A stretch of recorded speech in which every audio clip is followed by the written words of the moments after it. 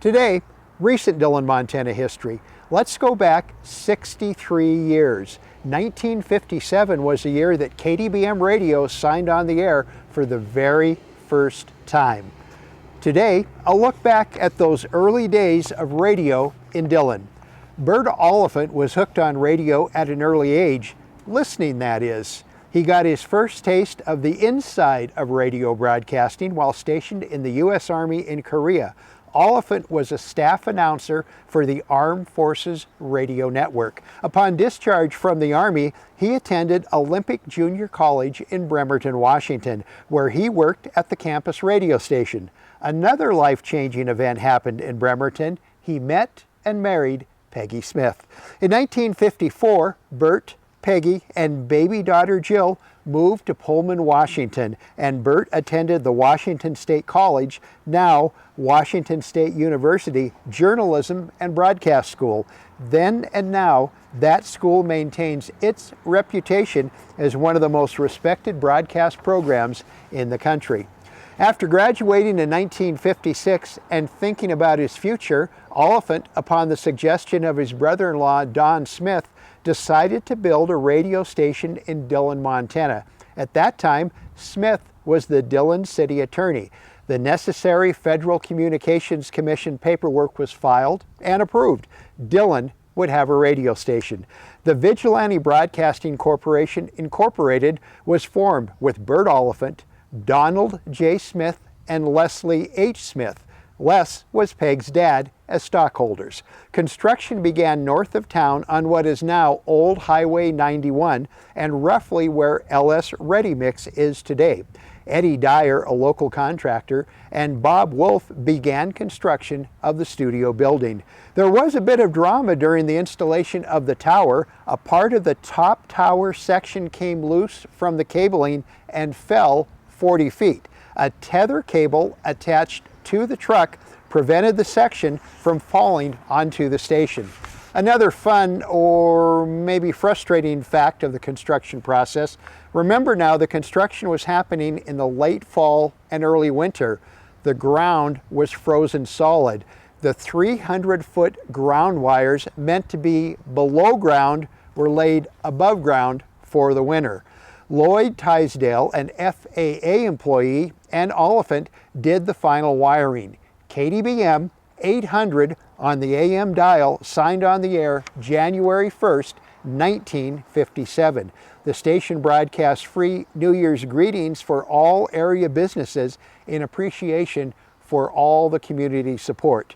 KDBM had been on the air for barely 2 months when tragedy struck the Oliphant-Smith family. Don Smith, his wife Anna Lou, and baby daughter Deborah, along with Weldon Payne and his son Reed, were killed in a plane crash near Monida Pass. They were returning to Dillon after a trip to Montpelier, Idaho, to visit Weldon's father. In those early years, Bert and Peggy were KDBM, from on-air to advertising sales to production to bookkeeping. Oliphant took a break from on-air duties on the weekend with the hiring of local folks, including teacher Clifford May. Oliphant attended the William B. Ogden Engineering School, where he earned his FCC first-class radio telephone license. In those days, every station needed someone on staff with an FCC first phone, as it was generically called.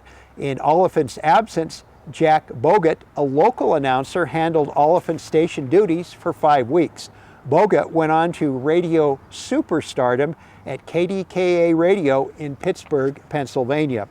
As far as the music program in those early days, there was no set musical format. KDBM used the block programming format.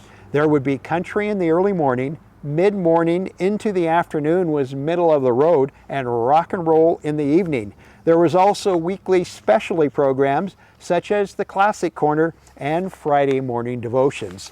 Bert did the local news. The Intermountain Network covered Montana and regional news, and ABC was the news outlet and, of course, the home of the station's most popular program, Paul Harvey News and Comments.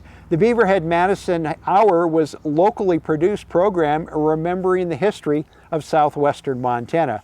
One program that got its start in those early days was Tradio. It's still going strong today.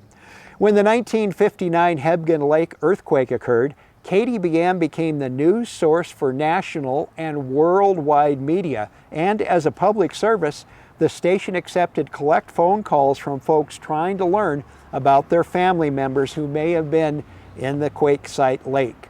Over the years, the station also did many remote broadcasts from both the Beaverhead and Madison County fairs and at major local events such as the dedication of the Clark Canyon Dam.